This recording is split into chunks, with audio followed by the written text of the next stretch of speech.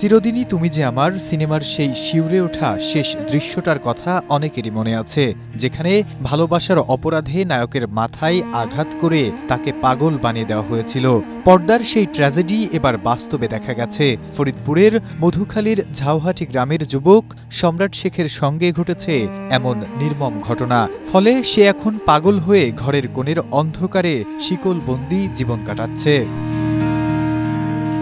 অথচ সম্রাট ছিলেন এক সুস্থ স্বাভাবিক কিশোর। মাদ্রাসায় পড়ার পাশাপাশি সংসারে অবদান রাখতে কাজ করতেন ইটভাটায়। এরই মধ্যে ভালোবেসে ফেলেন এক ধনাঢ্য সহপাঠীকে। আর এই সামাজিক বৈষম্যই কাল হলো তার জীবনে। ৫ বছর আগে প্রেমিকার সঙ্গে দেখা করতে গেলে মেয়ের পরিবারের লোকজন লাঠি সোঁটা নিয়ে বেধড়কভাবে পেটায় তাকে। এতে মাথায় গুরুতর আঘাত লাগে সম্রাটের। ৫ দিন ভালো থাকে, ৫ দিন পরের থেকে ও অসুস্থ হইতে শুরু করে, পাগলামি করে। মেয়ে দেখলে পারে তারে মারধর করতে যায়, ছেলে দেখলে তারা মারধর করতে যায়, যে ওর কাছে আসে মোটামুটি তারই মারতে যায়।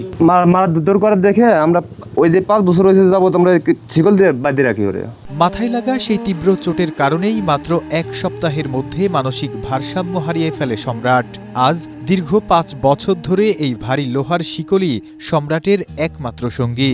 ঘরের মেঝেতে শিকল ঘষার প্রতিটা ধাতব শব্দ যেন এই পরিবারের নিয়তির এক নিষ্ঠুর পরিহাস।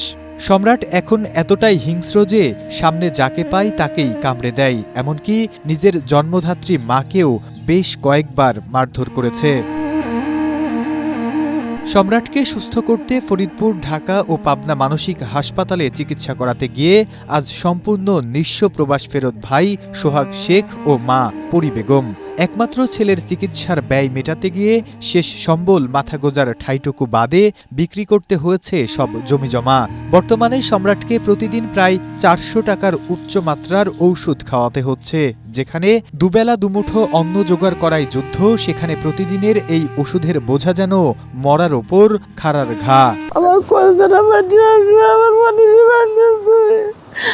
আমার মনে সমান বয়সে তারা বিয়ে শাদী করতেছে, ও কত টাকা একদিন কামাই করেছে, আমার মন চায় আমি তো অন্ধ হয়ে গেছি। মেয়ের পরিবারের একটি নির্মম আঘাত কি এভাবেই ধুলোয় মিশিয়ে দেবে একটি সচ্ছল পরিবারকে?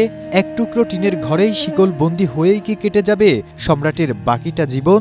নাকি কোনো সহৃদয়বান ব্যক্তির হাত বা সরকারের উন্নত চিকিৎসা এসে ভাঙবে সম্রাটের এই ৫ বছরের লোহার শিকল, ফিরিয়ে দেবে এক মায়ের কোল খালি করা তার স্বাভাবিক সন্তানকে?